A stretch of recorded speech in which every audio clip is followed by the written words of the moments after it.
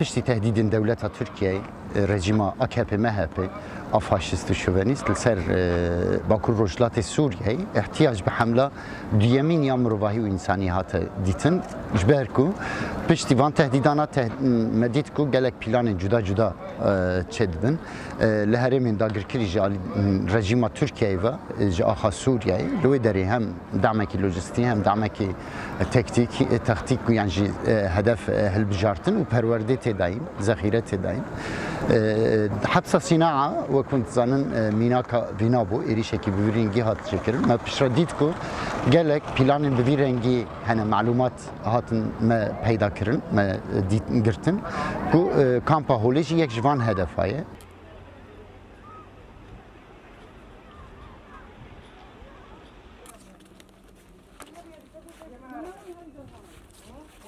العمليات الأمنية التي تقوم بها وحدات خاصة من قوات الأمن الداخلي بدعم القوات السورية الديمقراطية في مخيم الهول هي ضرورة أمنية بكل تأكيد، لكنها ليست كافية.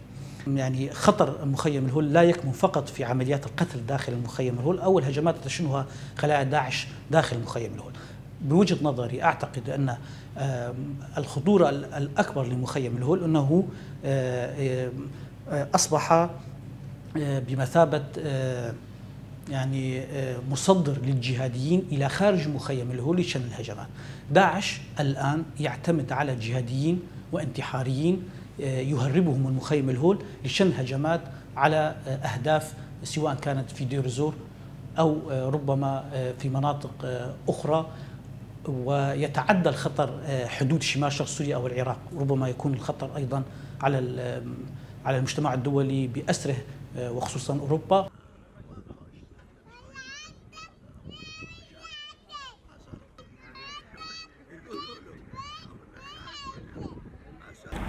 احنا نخاف من القتل، نخاف. نعم احنا ليش جينا من قتل؟ انا من عبرنا من القرن غير هربنا من القتل.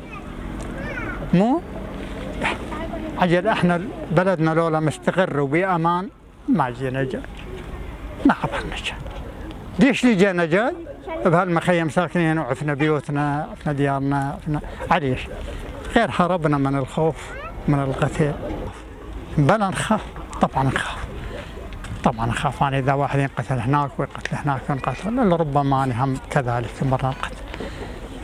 مو اللي يقتل جاري ويقتل اثنين عني لربما هم يقتل.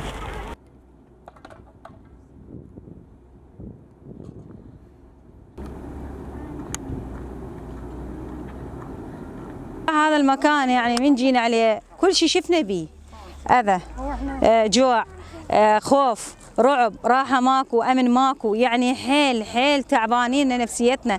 هسه بصراحة والله لو يقولوا لي روحي للعراق مشي لا أروح مشي، قسما بالله العظيم آخذ أطفالي وأرجع.